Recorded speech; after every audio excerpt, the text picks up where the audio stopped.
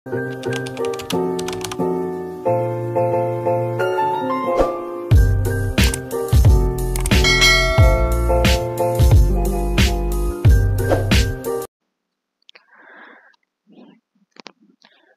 untuk Anissa bab 8.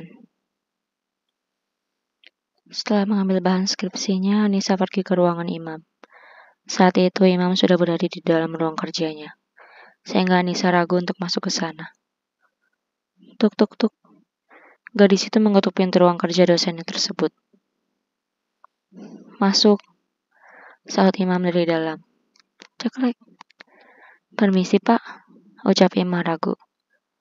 Sini duduk, ujar Imam, sambil menuju kursi yang ada di depannya. Anissa pun akhirnya duduk di hadapan Imam. Kemudian ia membuka laptopnya. Ini skripsinya pak, ucap Anissa. Ia belum melakukan print out karena skripsinya itu masih sangat jauh. Imam melihat-lihat isi dari skripsi yang Anissa buat. Ia bahkan membacanya dengan serius. Imam manggut-manggut. Ini cukup bagus, tapi ada beberapa bagian yang kurang detail, ucap Imam. Yang mana ya pak? Tanya Anissa. Ia cukup tertarik dengan arahan Imam. Anissa pun senang karena dengan begitu ia seperti mendapat bimbingan khusus. Imam menjelaskan pada Anissa bagaimana agar skripsinya itu lebih menarik dan sempurna. Ia memberikan beberapa catatan dan arahan. Anissa pun memperhatikannya dengan seksama. Namun saat menoleh ke arah Imam, hatinya masih berdebar-debar. Duh, kenapa sih perasaan ini susah banget dikendaliin? Batin Anissa. Ia kesal pada dirinya sendiri. Gimana? Kamu paham? Tanya Imam. Paham pak, insya Allah akan saya revisi dalam waktu dekat, jawab Anissa. Oke, saya tunggu revisiannya. Lebih cepat lebih baik, ucap Imam. Baik pak, kalau begitu saya permisi dulu, ucap Anissa. Tunggu Nis, Imam menahan gadis itu. Iya, ada apa pak?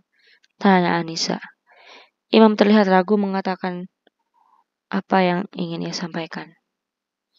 Namun ia merasa perlu menyampaikan hal itu, sehingga Imam memberanikan diri meski khawatir Anissa akan tersinggung.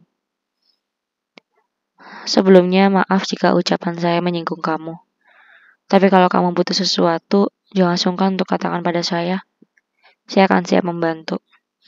Entah dalam bentuk uang ataupun barang, ucap Imam. Dalam kondisi sesulit apapun, usahakan jangan sampai kamu mengambil langkah yang salah. Lanjutnya. Anissa mengerutkan keningnya. Ia tidak paham kemana arah pembicaraan Imam. Padahal Imam sedang menyindir yang pernah check-in dengan pria di sebuah hotel. Terima kasih atas tawarannya, Pak.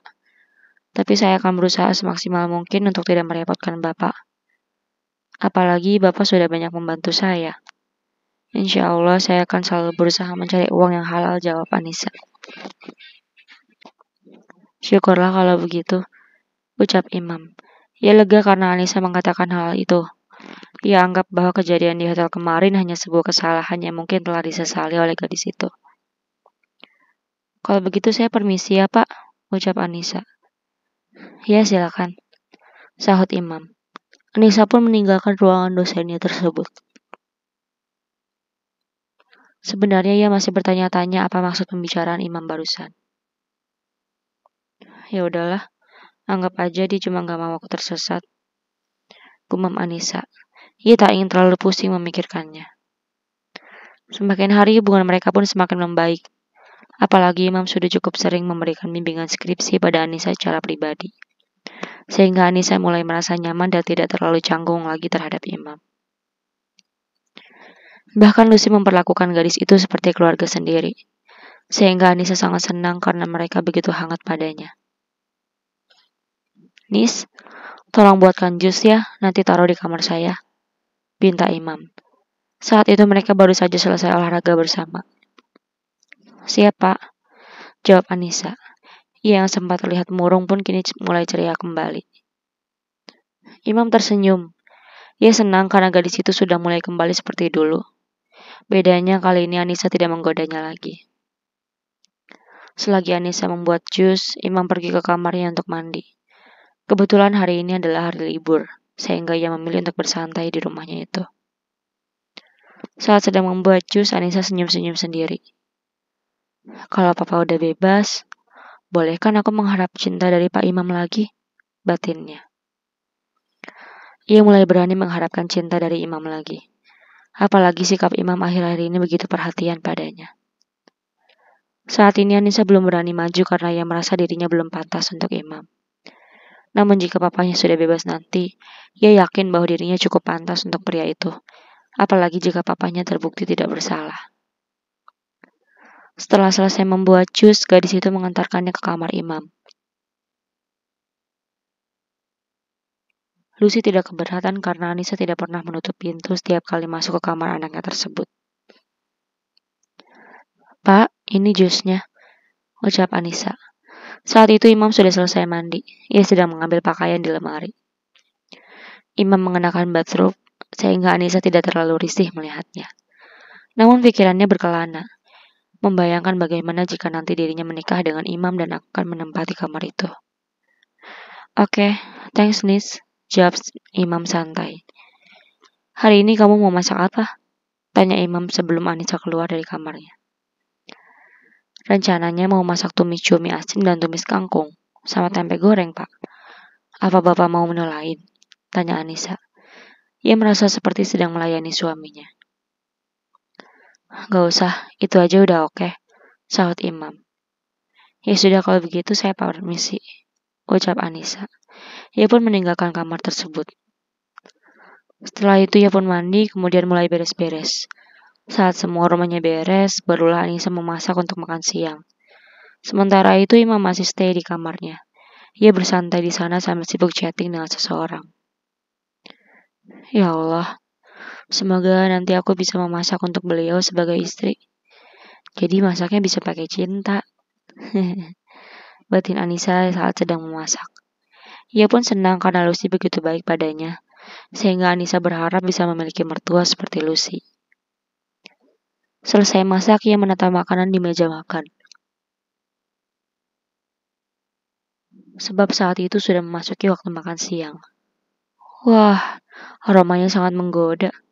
Pas banget perut sudah lapar, ucap Lucy saat melihat makanan sudah ditata di atas meja makan. Silakan Bu, ucap Anissa. Ia senang jika majikannya itu antusias melihat masakannya. Nis, kamu tuh hebat banget sih. Masih muda tapi udah pintar masak, puji Lucy. Gak pinter kok Bu, ini masih belajar. Maaf ya kalau masakannya aku kurang enak, jawab Anissa. Ia malu dipuji seperti itu. Tapi beneran, masakan kamu itu enak-enak. Duh, pasti kalau kamu nikah nanti, mertuamu bakalan seneng banget deh, ucap Lucy. Anissa tersenyum. Ia jadi GR saat mendengar ucapan Lucy barusan. Yaudah, kamu panggil Imam, biar kita makan sama-sama, ucap Lucy. Baik, Bu, jawab Anissa. Kemudian ia pun memanggil Imam di kamarnya. Seperti biasa, Anissa selalu mengetuk pintu kamar Imam. Kemudian ia mengatakan bahwa makanan sudah siap. Imam pun keluar dengan semangat. Kamu tahu aja saya udah lapar, ucap Imam saat sudah membuka pintu. Kemudian ia mengusap kepala Anissa dan berlalu ke ruang makan. Anissa pun tersipu malu. Mendapat perlakuan manis dari Imam, gadis itu jadi semakin berharap padanya. Setelah itu Anissa kembali ke meja makan. Saat gadis itu hendak duduk, bel pintu rumah berbunyi, sehingga ia mengurungkan niatnya dan berjalan ke arah pintu rumah. Ceklek. Maaf, cari siapa ya? Tanya Anissa saat melihat ada seorang wanita cantik berdiri di hadapannya. Wanita itu pun sedikit terkejut melihat ada Anissa di rumah itu. Mas Imam ada? Tanyanya. Oh, ada. Mbak siapa? Tanya Anissa. Ia tidak mungkin membiarkan sembarangan orang masuk. Saya tunangannya, jawab wanita itu.